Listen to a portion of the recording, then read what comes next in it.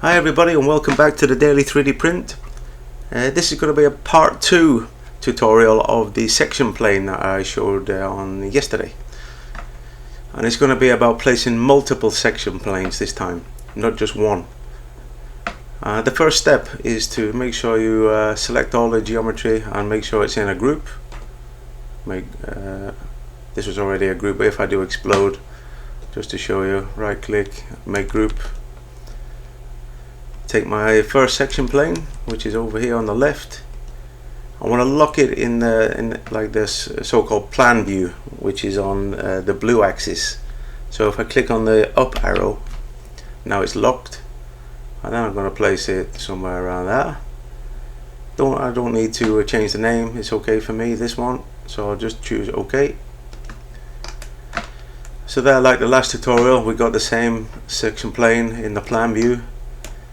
But now if we want to take a left or front view section plane, then it's just to select everything including the section plane, right click and make a new group. Take a section plane again.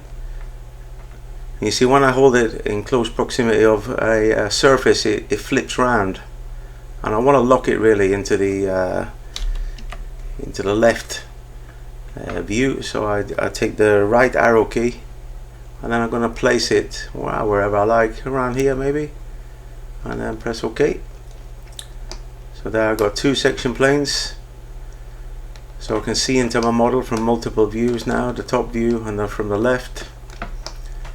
And then if we want to make one in the front as well, then it's just to select everything, right click again and make another new group. Take the section plane, and this time lock it into position with the left arrow key on the keyboard, so it's locked on the green axis, and then just place it somewhere along this line here, in the middle somewhere around there, and then OK. So here we got three separate views. I can take the top view, the left view, or the front view and see right into the model with the help of section planes.